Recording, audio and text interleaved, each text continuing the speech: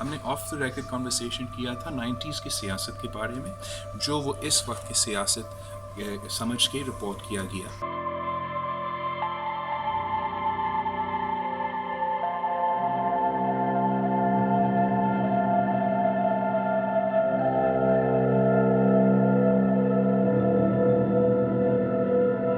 आपने मरियम नवाज की खामोशी पे बात की और कल एक खबर जो है मैंने कब मंजर बात की? कुछ दिन पहले मैंने इसका एक तो ऐसे पंजाब के मेरा ट्रिप हुआ था, वहाँ मेरा मुलाकात हुआ था कोई रिपोर्टर से।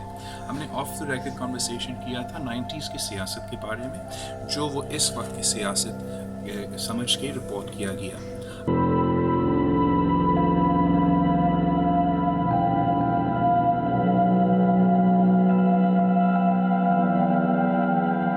मैंने आपके सामने, आप मुझे कितने बार पूछते रहते हो, 2 साल हुए हैं, जितना मैं समझता मैं बोलता हूँ अपने नून लीग के दोस्तों के लिए, शायद उनके अपनी क़यादत उतना नहीं बोलते हैं। मैं उनके क़यादत के लिए, उनके कारकुन के लिए अपना आवाज़ उठाता रहूँगा, मेरे अपना कारकुन के लिए, अपना क़यादत के लिए आवाज़ उठाता रहूँगा।